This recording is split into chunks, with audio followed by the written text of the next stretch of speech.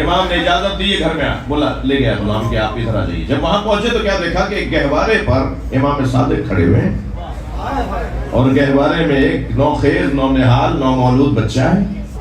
اس سے امام صادق بات کر رہے ہیں. تو یہ آگے بڑھنے لگے تو غلام نے اشارہ کر کے کہا کہ کچھ رکو، امام بات کر رہے ہیں. تو کہتے ہیں میں اتنا قریب تھا کہ میں سن رہا تھا کہ حضرت ایک نومولود بچے سے باتیں کر رہے ہیں اور وہ بچہ بھی فصیح زبان میں جواب دے رہا ہے. کہنے لگے میری تو طبیعت عجیب سی ہونے لگی کہ کیا دیکھ رہا ہوں، ایسا کہاں ہوتا ہے، ایسا کب ہوتا ہے. تو کہتے ہیں کہ کچھ دیر میں رکا رہا، توجہ ہے کہ ایک مرتبہ حضرت مڑے. حضرت نے پھر مجھ سے سلام لیا اور پھر مجھ سے خیریت پوچھی اور مجھ سے کہا کہ کچھ تمہیں مجھ سے کام ہے. تو میں نے کہا مولا میں آپ سے کچھ سوال پوچھنا ہے. حضرت نے فرمایا جاؤ پہلے اپنے آئندہ کے امام کو سلام کرو.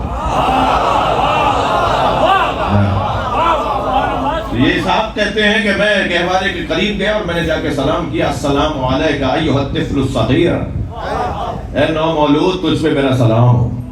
تو کہنے لگے بے ساختہ انہوں نے فصیح عربی میں فصیح زبان میں جیسے بڑے بات کرتے ہیں ایسے مجھے جواب سلام دیا اور جواب سلام دے کر کہا کہ اے اسحاق، ایک ہفتے پہلے تمہارے یہاں بیٹی کی ولادت ہوئی ہے. تم نے جو اس کا نام رکھا ہے وہ نام ہمیں اچھا نہیں لگتا، نام بدل دو.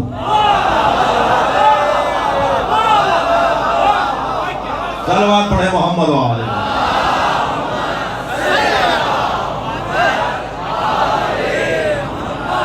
یہ ایک مثال ہے، ورنہ یہ وہاں سے پڑھ کر آئے ہیں، یہ وہاں سے جاننے والے ہیں. جی ہمارے لغاری صاحب نے دلیل دے دی، سامنے ہو تو ایسا ہو. حضرت عیسیٰ کی مثال تو معصوم کی مثال ہے نا،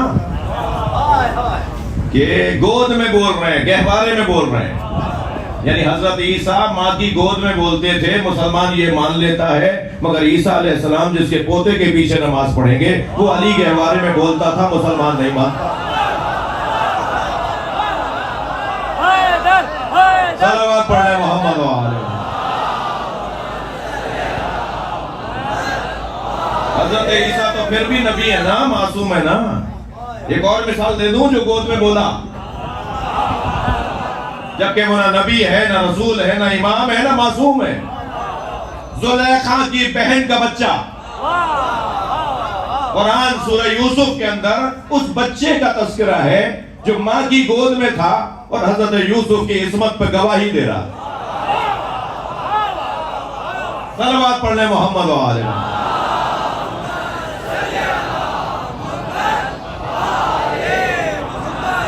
جو کر لیا یہ وہاں سے سچ کر آتے ہیں، یہ وہاں سے سجا کر بھیجے جاتے ہیں. یہاں جب آتے ہیں تو ان کے وجود سے علم ٹپکتا ہے، چھڑتا ہے. یہ جہاں بیٹھ کر چلے جائیں نا وہ جگہ ہی نجف بن جاتی ہے.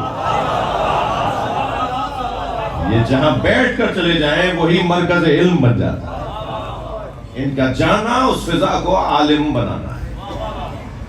جی ایسا ہی ہے کہ وہ انسان ہے کہ جو ہمیشہ سے قابل ذکر تھا، اور یہ انسان اس انسان کے لیے رہنما ہے جو بنا ہے بعد میں مختلف معنوں سے. اب اس کی مرضی ہے یہ شاکر بنے، یہ مجمع شاکروں کا ہے نا،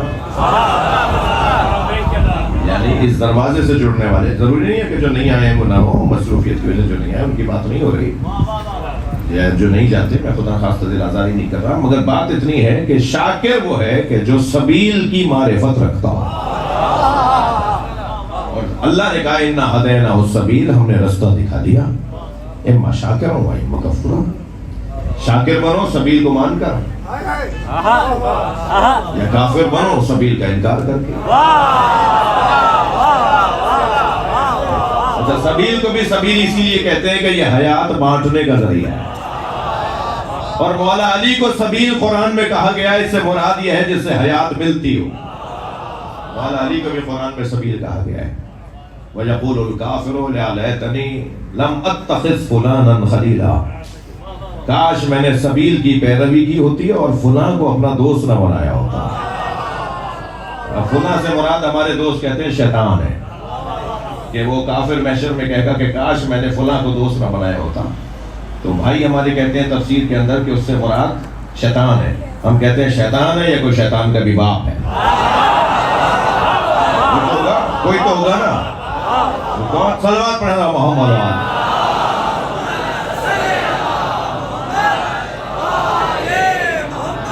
کہہ رہا ہے کاش ہم نے فلاں کو اپنا خلیل نہ بنایا ہوتا اور رسول اللہ کے ساتھ ہم نے سبیل کی پیروی کی ہوتی. ماں رسول سبیلا، ہم نے رسول کے ساتھ ایک سبیل کی بھی پیروی کی ہوتی. وہ رسول کے ساتھ سبیل کون ہے؟ اور تھوڑا سا ایک اور آیت اس آیت کے سہارے کے لیے پڑھ دیتا ہوں. فالذین آمنوا بہ وعذروہ ونصروہ واتبعوا النور الذی انزل معہ. وہ لوگ جو لوگ میرے نبی پر ایمان لائے، جنہوں نے میرے نبی کی تعظیم کی، جنہوں نے میرے نبی کی مدد کی، اور جنہوں نے اس نور کی اتباع کی جو نبی کے ساتھ آیا ہے. وہ نور کون ہے؟ نور کون ہے جو نبی کے ساتھ آیا ہے؟ وہ نور. اور اتباع کی بات ہو رہی ہے، اطاعت کی بات نہیں ہو رہی. اتباع اعمال میں ہوتی ہے، اطاعت قول میں ہوتی ہے. ایک ایسا وجود ہے، ایک ایسا نور ہے جو عمل کر کے دکھاتا ہے. اس لیے قرآن مراد نہیں ہے، اس سے مراد ایک وجود ہے جو عمل کرتا ہے. اس نور کی اتباع جو نبی کے ساتھ آیا ہے، وہ نور جو نبی کے ساتھ آیا ہے وہی تو ہے انا وعلی من نور واحد. میں اور علی ایک نور کے دو حصے ہیں. نبی کے ساتھ اس نور کی اتباع کرنے والا کبھی بھی کفران نعمت کرنے والا نہیں کرے گا. بلائیے احباب کو، عزیزوں کو، دوستوں کو، پڑوسیوں کو ذکر اہل بیت کی محافل مجالس میں. شاید ایک جملہ اس بچے پہ اثر کر جائے، شاید آپ کا بیٹھنا اور آپ کا ساتھ لانا اس پہ اثر کر جائے، اور پھر وہ اس گھڑے سے پانی پینے کے بعد اس کا ذائقہ بحال ہو جائے. امام زمانہ بلند تر صلوات.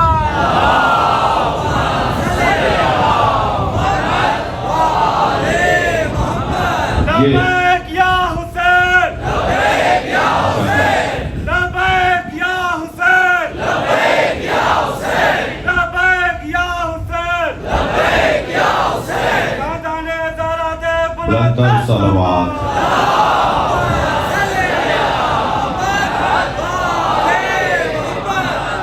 ان کا کمال ان کا صبر ہے.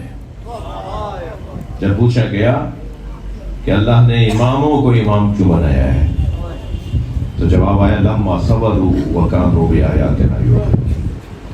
ان ہستیوں کو اللہ نے امام اس لیے بنایا ہے کہ یہ صابر ہے. صابر مظلوم ہوتا ہے، مجبور نہیں ہوتا. ضروری نہیں ہے کہ جو مظلوم ہو وہ مجبور بھی ہو، بلکہ جو ارادتاً صبر کر رہے ہوتے ہیں نا، طے شدہ صبر کر رہے ہوتے ہیں، وہ مجبور نہیں ہوتے. وہ مجبور نہیں ہوتے، وہ مظلوم ہوتے ہیں مگر مجبور نہیں ہوتے. میرے مولا حسین نے بی بی سکینہ کے پانی مانگنے پر ایک پتھر کو زمین سے ہٹایا تو تازہ چشمہ ابلنے لگا. 3 دن کی پیاسی بچی، عاشور کے دن یہ منظر بنا.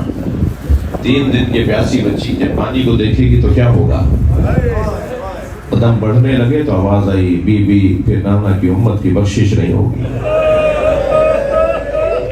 بی بی پھر ہدایت کا سامان نہیں ہوگا. قربان جائے اہل بیت کے بچوں پر. بڑھتے ہوئے قدم رک گئے، مڑ کے بابا کو دیکھا، فرمایا بابا میں پیاسی رہوں گی. امام حسین نے وہ پتھر اپنی جگہ رکھ دیا، وہ بہتا ہوا پانی رک گیا. یہ مظلوم تھے، مجبور نہیں تھے.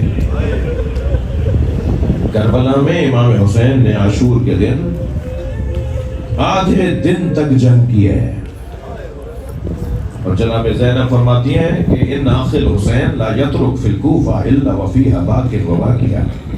میرے بھائی حسین نے کوفے کے ہر گھر میں جنازہ بھیجا ہے. اکیلے حسین نے اتنے دشمن مارے, اکیلے امام حسین نے اتنے دشمن مارے کہ ہر گھر میں بی بی فرماتی ہیں کہ میرے بھائی نے میت بھیجی ہے. اجرکم اللہ. اکیلے لڑ رہے تھے نا کربلا کے میدان میں, اور جب لڑ رہے تھے اور ایسا لڑ رہے تھے جیسے اکیلے علی لڑ رہے ہوں, اپنے بابا کے جوہر شجاعت دکھائے, فوجیں بھاگنے لگی, سپاہی ایک دوسرے سے مدد مانگنے لگے. عجیب روپ تھا امام حسین کا, ہر طرف سے امام حسین آتے نظر آتے تھے. یزیدی لشکر کے سپاہی بھاگتے تھے جس طرف, وہاں سے سامنے سے حسین نظر آتے تھے. امام حسین سے بچ کے دوسری طرف بھاگتے تھے تو سامنے سے امام حسین آتے نظر آتے تھے. تو آوازیں دے رہے تھے, بچاؤ ہمیں, بچاؤ, الامان الامان, کوئی بچائے. اور جب امام نے یہ منظر دیکھا نا تو خود کو گھوڑے کے پشت پہ کھڑا کر دیا اور پھر نہر کی طرف رخ کر کے کہا, عباس دیکھو اپنے اکیلے مولا کی جنگ, عباس اپنے اکیلے مولا کی جنگ دیکھو. اور فرمایا تم کیسے جواب دو گے, تمہاری تو گردن کاٹ دی گئی. پھر دوبارہ جب حملے کا جواب دیا امام حسین نے, کچھ دیر بعد پھر یہی منظر بنا. اجرکم اللہ. کچھ دیر کے بعد پھر یہی منظر بنا تو پھر گھوڑے کے پشت پہ کھڑے ہو گئے اور گنج شہیداں جہاں لاشیں لالا کے رکھے تھے نا امام نے, گنج شہیدہ کی طرف رخ کر کے کہا, اے میرے شہ سوارو, اے میرے اصحاب, آؤ آ کر اپنے اکیلے مولا کی جنگ دیکھو. اب کوئی نہیں ہے جو مجھے آفرین بولے, اب کوئی نہیں ہے جو مجھے آفرین بولے.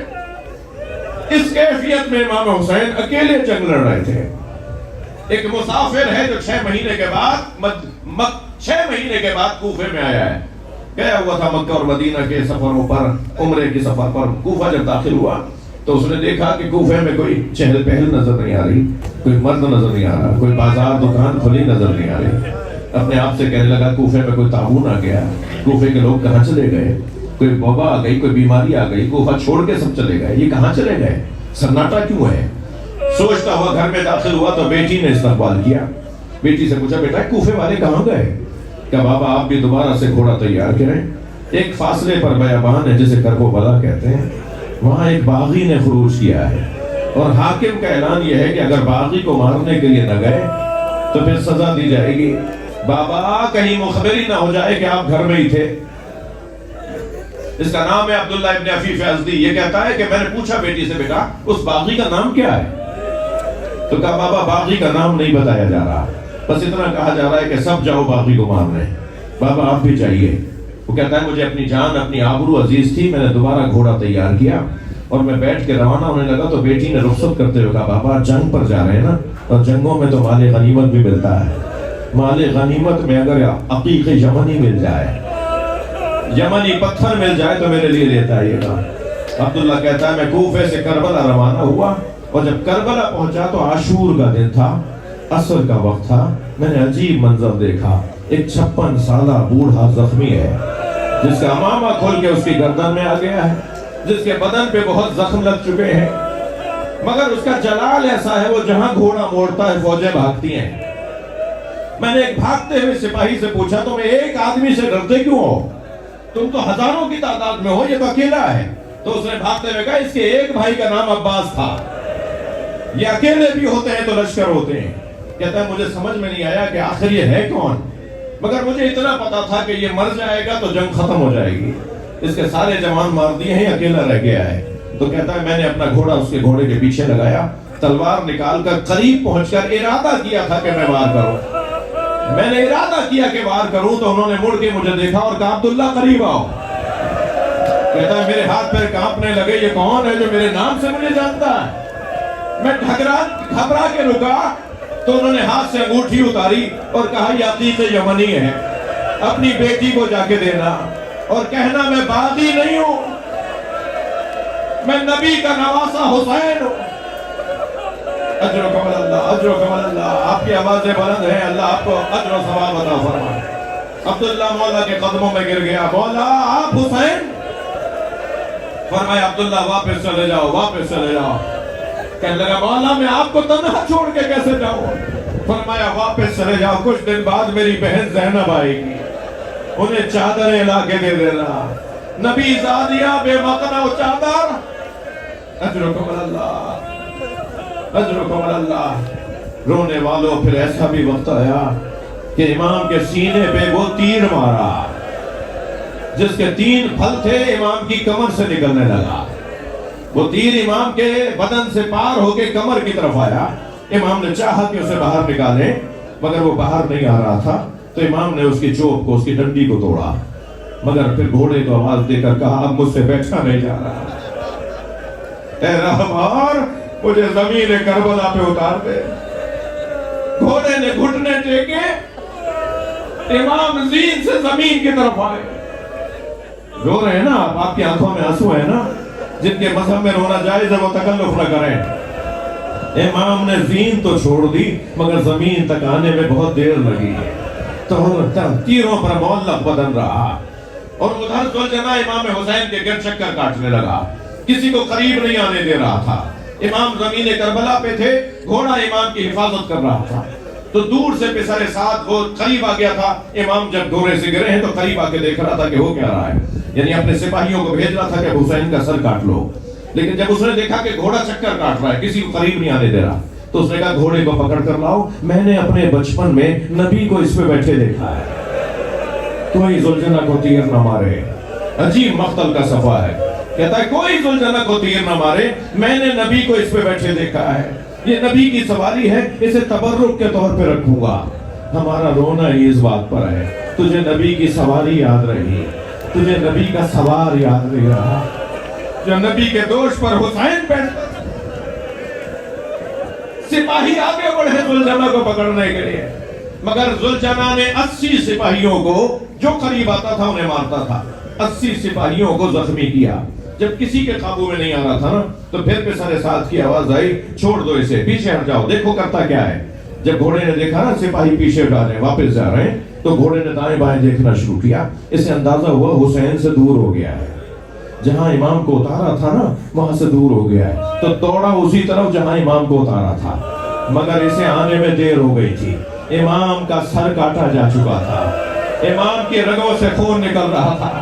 اس نے اپنی پیشانی کو حسین کے خون سے رنگین کیا اور ایسے پیر مارنے لگا جیسے ماتم کر رہا ہو. آوازیں نکالنے لگا جیسے نوحے پڑھ رہا ہو.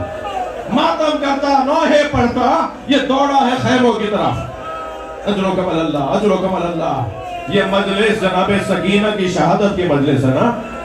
زلجنا دوڑا ہے خیموں کی طرف. سنیں گے بیٹیوں والے لوگ بیٹھے ہیں نا، آپ کے گھروں میں بیٹیاں ہیں نا، آپ کی بیٹیوں باپ سے بڑا پیار کرتی ہیں اور باپ بھی بیٹیوں سے بڑا لپٹتے ہیں.